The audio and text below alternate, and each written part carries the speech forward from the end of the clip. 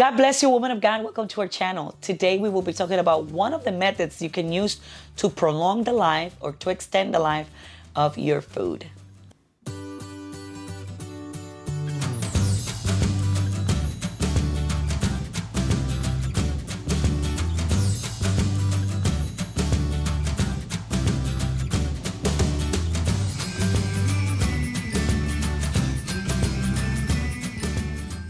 If this is your first time here, welcome. Don't forget to subscribe.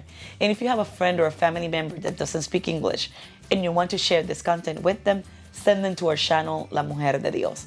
The link will be in the description below.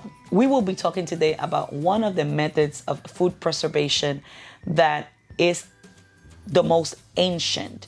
It's the dehydration of food. It has been done for many, many years, hundreds of years by our ancestors, and other countries that don't have access to a refrigerator still perform these steps today. And it is dehydration. You can dehydrate foods as the manual method, which is laying the food in a place where the sunlight hits it directly and leaving it there for possibly 2-3 days for the humidity on the food to be released from the items.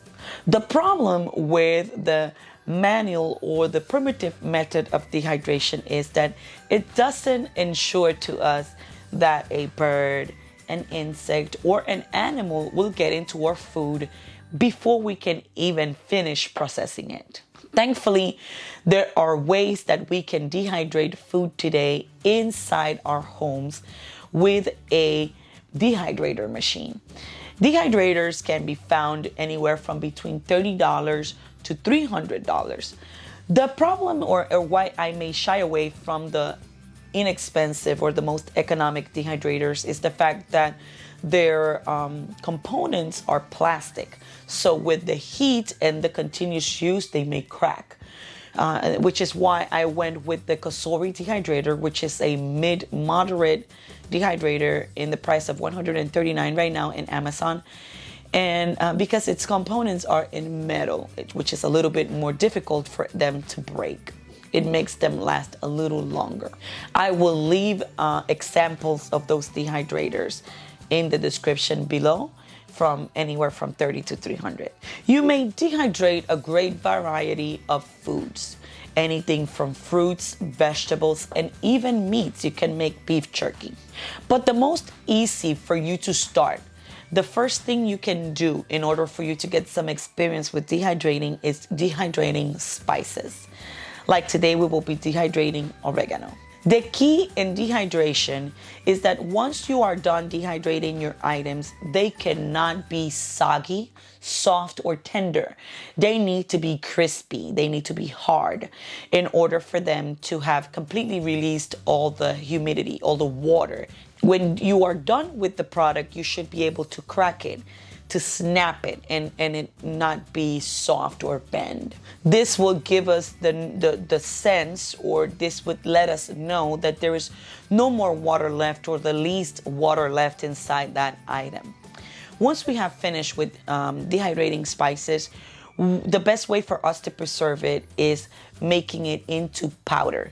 We can do that by smashing it, or we can put it inside a NutriBullet, Magic Bullet, a food processor, or a blender, because the blades in these machines just make the process a little bit faster. But if you don't have it, you just smash it until you make it into powder. Once we have made it into powder, we store it preferably in a glass jar, like one of these. These are apples that we dehydrated back in the month of August. They are still hard, they are still crisp, they are still preserving the same color, the same texture. There is no sign of humidity in them. I put a silica gel pack inside to ensure that if there was any humidity left in my apples, that will absorb it. And we sucked out the air of the glass jar. We can use a jar like this for our spices.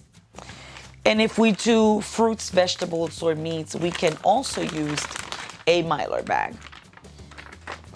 which would be one of these metallic bags, and you put an oxygen absorbent inside and you seal it, and it can last for years. So now that we know a little bit more about dehydration, let's dehydrate some oregano.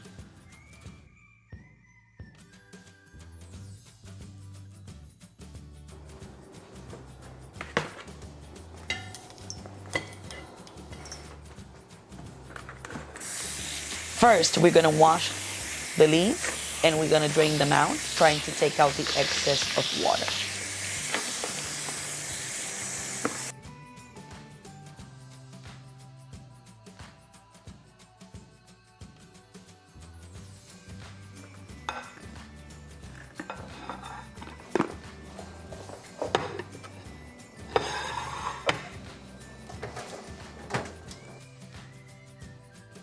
Number 2, we're gonna place the leaves in a singular form in each tray. The kosori has 6 trays. We will not lay them over one on top of another, but we will lay them out singularly.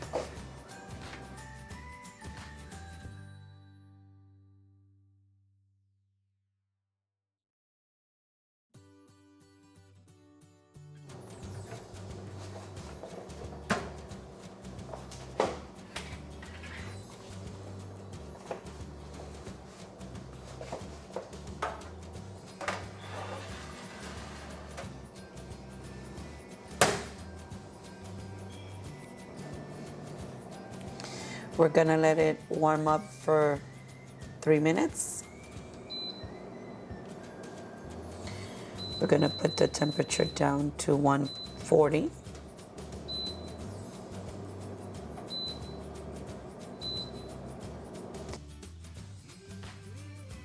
Number 3, we will adjust our kosori to 160 degrees and we will set it up for 8 hours.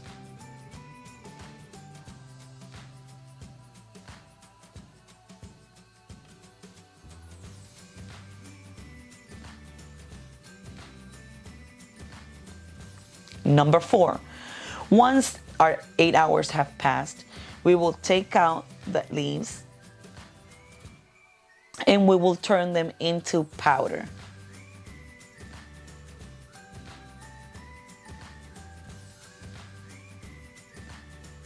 Like I said, we can do it manually by crushing the leaves, or we can use a magic bullet, a food processor, or a blender.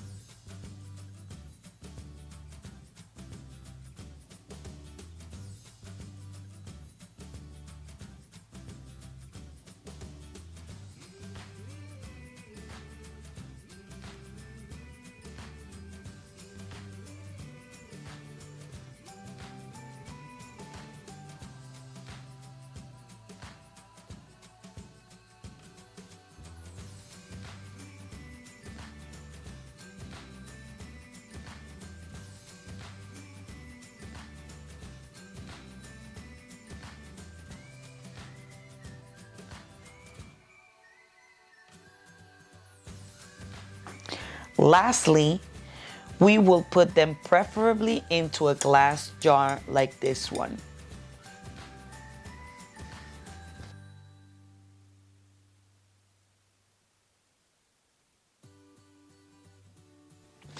Remember, spices do not expire.